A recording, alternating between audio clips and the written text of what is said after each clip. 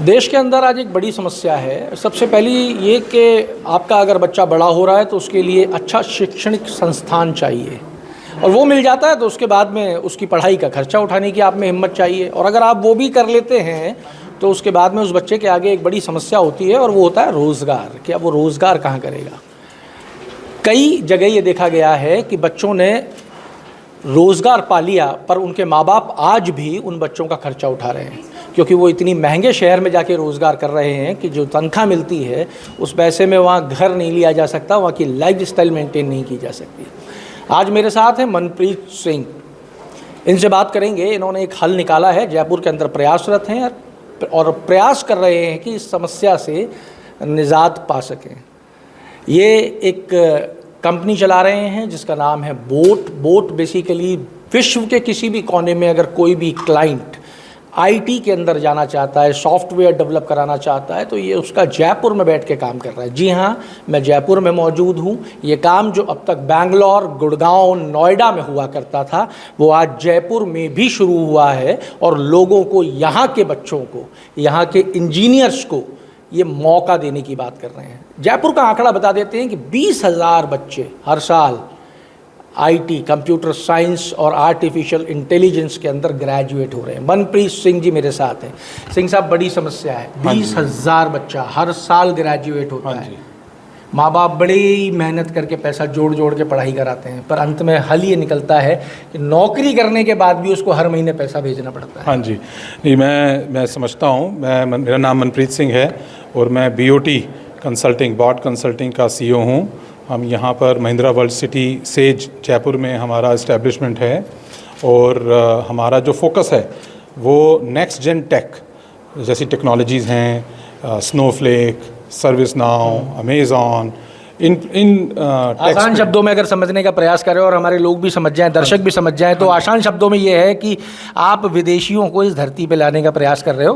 हम बिल्कुल हम चाहते हैं कि जो अच्छी विदेशी कंपनियां हैं, जो अच्छा काम करती हैं, अच्छी टेक्नोलॉजी पे काम करती हैं, आए हमारे साथ जुड़े, हमसे काम कराएं। बिल्कुल। और जयपुर को हम कैसे बेंगलोर या हैदराबाद, इस तरह की जो टेक नोन हब्स हैं, उनसे, उनके बराबर या उनसे आगे लेके जाएं।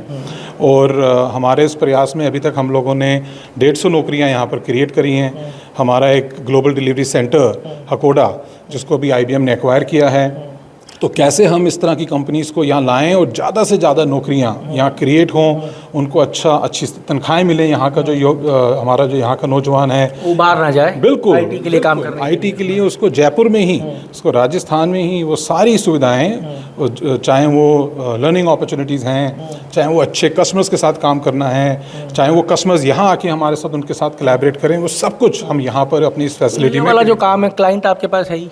हाँ जी, हकोडा है, आपके पास है, क्लाउड स्मिथ है। हाँ जी, हाँ जी। जयपुर क्यों चुना? ये तो आप गुड़गांव में कर लेते ना, बेंगलोर कर लेते, बढ़िया लोग मिल जाते हैं। बिल्कुल, आप ये बड़ा अच्छा आपने सवाल पूछा। हमारे लिए जयपुर में जो हम ये काम कर रहे हैं, जो कर रहे हैं उसकी वजह से हम लोग यहाँ टैलेंट मैग्नेट की तरह हैं। क्योंकि बेंगलोर में या हैदराबाद में आपने खुद बोला कि बहुत कंपनियां ऐसा काम कर रही हैं, लेकिन जयपुर में ऐसी कंपनियां कम हैं या ना के बराबर हैं, और अगर हैं तो उनको वो ग्लोबल स्केल पे नहीं करना आता काम। तो कैसे हमारे को हमारा जो टैलेंट है, वो जो हमारे पास आके एक्सपीरियंस करता है यहाँ का एनवायरनमेंट, यहाँ का जो कल्चर है, उसके बाद उसका वो अपने और साथियों को, अपने और जो बाहर उसके नेटवर्क के लोग हैं, उनको भी बुला रहा है। तो हमारे लिए क्या एडवांटेज है कि जो वो टैलेंट जब हमसे एक बार जुड़ता है तो वो लॉन्ग टर्म के लिए हमारे साथ यहाँ काम कर रहा है। क्योंकि हमारे जो काम करने वाले हैं वो अपने घर जाते हैं, वो फिर वापस आते हैं। इसमें एक बहुत बड़ी इम्पॉर्टेंट प्रायोरिटी है। होम सिकनेस की समस्या नहीं होती, परिवार को भी आसानी रहती है, खर्चा भी कम होता है, बहुत सारे विषय होते हैं। अभी आपके पास कितने क्लाइंट हैं विदेशी? हमारे पास इस वक्त 3 क्लाइंट हैं, जिसके साथ एक हमारे पास स्नोफ्लेक हकोडा हमारा क्लाइंट है, एक हमारा क्लाउड स्मिथ है जो AWS अपने आप में पूरा एक कैटेगरी लीडर हैं वो लोग, जो काम कर रहे हैं सॉफ्टवेयर सप्लाई चेन का, और एक हमारा क्लाइंट एनटी है, सर्विस नाउ, जिसपे हम जिनके साथ हम काम कर रहे हैं, और करीब ऐसे 3 या 4 क्लाइंट अभी हम और 6 महीने में ऑन बोर्ड कर रहे हैं। ऑन बोर्ड कर रहे हैं। अब राजस्थान सरकार का राइजिंग राजस्थान हुआ था, बड़ा इवेंट था। हाँ जी। और सरकार के आगे भी एक बड़ी चुनौती है। मुख्यमंत्री वादा कर चुके हैं 4 लाख नौकरियां देने का। अब 4 लाख नौकरियां जो है वो सरकारी का उन्होंने वादा किया है, लेकिन राजस्थान में भी रोजगार जो है वो बड़ी समस्या है। बिल्कुल। अगर हम इंजीनियरिंग क्षेत्र की बात करें तो सरकार से आप क्या सपोर्ट एक्सपेक्ट करते हो जो राजस्थान में आप ज़्यादा से ज़्यादा काम लेके आ सको, जिससे ज़्यादा से ज़्यादा यहाँ के युवाओं को रोजगार मिल सके? बिल्कुल नहीं, राजस्थान सरकार की ये बहुत अच्छी पहल है।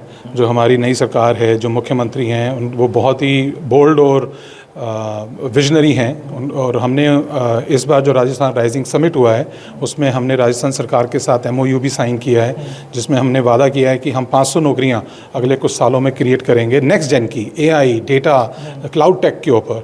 और राजस्थान सरकार से हमारे को बहुत सपोर्ट मिला है।